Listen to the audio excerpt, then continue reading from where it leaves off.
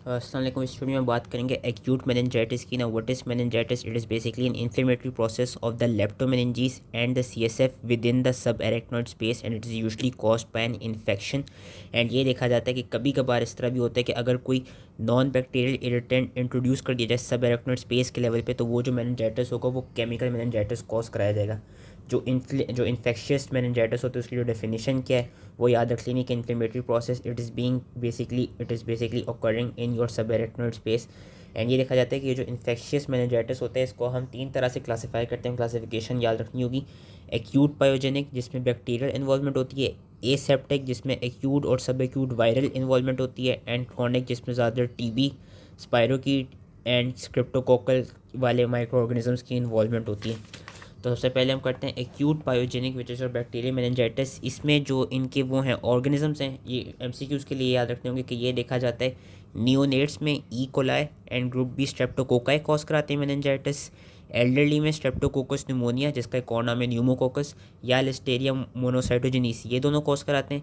और adolescents and young adults में Neisseria मेनिंजाइट, ये वाला ऑर्गेनिज्म होता था नेसेरिया मेनिंजाइटिस, ये कॉज कराता है जिसको हम मेनिंजोकोकल भी कहते हैं। हीमोफिलिस इन्फ्लुएंजा भी देखा जाता था कि वो इन्फेंट्स में कराता था, लेकिन अब हमें पता है कि जो उसकी टाइप बी थी उसके खिलाफ वैक्सीन बन गई है, उसके खिलाफ वैक्सीनेशन होती है, तो जो इसके इंसिडेंट्स हैं वो कम हो गए। मेनिंजाइटिस वाले पेशेंट के सिम्टम्स किस तरह के होंगे? हेडेक होगा, फोटोफोबिया होगा, इरिटेबिलिटी होगी, क्लाउडीनेस मिलेगी कॉन्शियसनेस की, एंड नेक स्टिफनेस मिलेगी। ये चीज़ हमें याद रखनी होगी कि स्पाइनल टैप पे सीएसएफ किस तरह का मिलता है। सीएसएफ में बेसिकली क्लाउडली या फ्रेंकली पुरुलेंट अपीयरेंस होती है उसकी। एंड इस देर आर सीन के 90,000 न्यूट्रोफिल्स पर क्यूबिक मिलीमीटर मिलते हैं। ये हमको यूनिट्स याद रखने होंगे और न्यूट्रोफिल्स याद रखने होंगे। इंक्रीज सीएसएफ प्रेशर होता है, इंक्रीज प्रोटीन कॉन्सेंट्रेशन होती है, and markedly reduced glucose content होते हैं। तो ये सीएसएफ की फाइंडिंग्स याद रखनी होगी।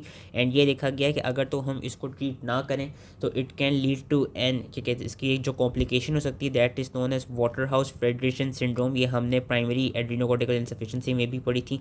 सिर्फ क्या कहते हैं meningitis associated septicemia and hemorrhagic infarction of the adrenal glands, इन दो कंडीशन को अगर प्रॉपर्ली ट्रीट ना किया जाए तो जिसकी एक कॉम्प्लिकेशन हो सकती है वो ये वाली टर्म हो सकती है water house federation syndrome. And कौन सा वाला मेनिंजाइटिस? यूजली वो meningitis which is caused by meningococcal and pneumococcal organisms. Meningococcal is a neisseria and pneumococcal is streptococcus pneumoniae. Immunosuppressed individual में ये देखा जाता है कि क्लैप्सेला और एनारोबिक ऑर्गेनिजम्स भी मेनिंजाइटिस कॉज करा सकते हैं। मॉर्फोलॉजी की अगर इसकी बात की जाए तो ये देखा जाए कि हमको जो हमारी ब्रेन की सरफेस के ऊपर जो लेप्टोमेनिंजीज होती हैं इन्होंने दिखाई भी वहाँ पे हमको एक्सुडेट्स नज़र आते हैं as we can see over here. And कभी कभार meningeal vessels are also seen which are engorged and they stand out prominently as we can see over here. ये मेनिंजियल वेसल्स हमको नज़र आ रही हैं।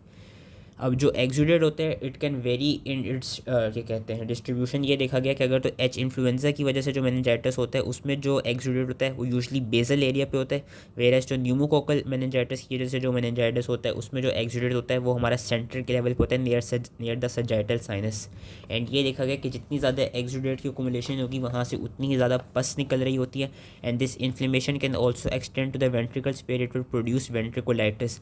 माइक्रोस्कोपिकली हमको न्यूट्रोफिल्स नजर आते हैं which are filling the subarachnoid space, क्योंकि एज वी सीन के सब एरेक्नोइड स्पेस की में ही इन्फ्लेमेटरी प्रोसेस हो रहा होता है। And they are usually found predominantly around the leptomeningeal blood vessels. Gram stain के थ्रू हम क्या कहते हैं बैक्टीरिया को डिटेक्ट कर सकते हैं। और ये देखा गया कि इवेंचुअली जो पायोजेनिक मेनिंजाइटिस होता है it can lead to leptomeningeal fibrosis which can cause hydrocephalus. एक टर्म हमें मिलती है which is known as chronic adhesive arachnoiditis. ये हमको कब मिलता है? जब pneumococcal meningitis which is streptococcus pneumoniae, हमें पता है it is an encapsulated organism. तो होता क्या है, ये जो न्यूमोकोकस होता है बेसिकली इसका ये इनकैप्सुलेटेड है, इसके जो कैप्सूल में पॉलीसेक्राइड्स होते हैं ना, दे बेसिकली वो उस पॉलीसेक्राइड्स की वजह से जो एक एक्सुडेट होता है वो एक जेलाटिनस से एक्सुडेट बनता है which promotes the arachnoid fibrosis. And as a result जो एक कंडीशन अराइज होती है that condition is known as chronic adhesive arachnoiditis. So that was all related to the pyogenic bacterial meningitis. Now we come under your acute aseptic meningitis जिसको viral भी कहते हैं। Aseptic meningitis basically एक clinical term है। ये देखा गया कि इसमें जो इंडिविजुअल आएगा उसको मेनिंजाइटिस के सिम्टम्स तो होंगे, लेकिन उसका जब ब्लड कल्चर करेंगे तो उसमें हमको बैक्टीरिया जो होगा वो नज़र नहीं आएगा, वो एब्सेंट मिलेगा। हैंस जो क्लिनिकल टर्म रेफर की जाती है that is known as aseptic meningitis. It is a clinical term use for the absence of organisms by bacterial culture in a patient with manifestations of meningitis. तो ये ज़्यादातर यही देखा जाता है कि ये वाला जो मेनिंजाइटिस होता है ये वायरल ओरिजिन का होता है। वायरल में भी ये देखा गया कि 80% ऑफ द टाइम हमको एंट्रोवायरस मिलता है, लेकिन it can also be of rickettsial origin, it can also be auto immune, या it can also be bacterial. कैसा हो सकता है कि वो कल्चर में बैक्टीरिया ना मिले हो लेकिन बाकी में बैक्टीरिया की वजह से ही हो रहा हो। जो इसकी CSF फाइंडिंग्स हैं वो किस तरह की होती हैं, एक तो लिम्फोसिटिक प्लियोसाइटोसिस हो रहा होता है कि वही हमको CSF में लिम्फोसाइट्स बड़े में मिलते हैं, प्रोटीन बड़ी हुई मिलती है which is elevated in moderate amount, जो ग्लूकोज का कॉन्टेंट होता है वो ऑलमोस्ट नॉर्मली होता है। And this disease is usually self limited and treated symptomatically.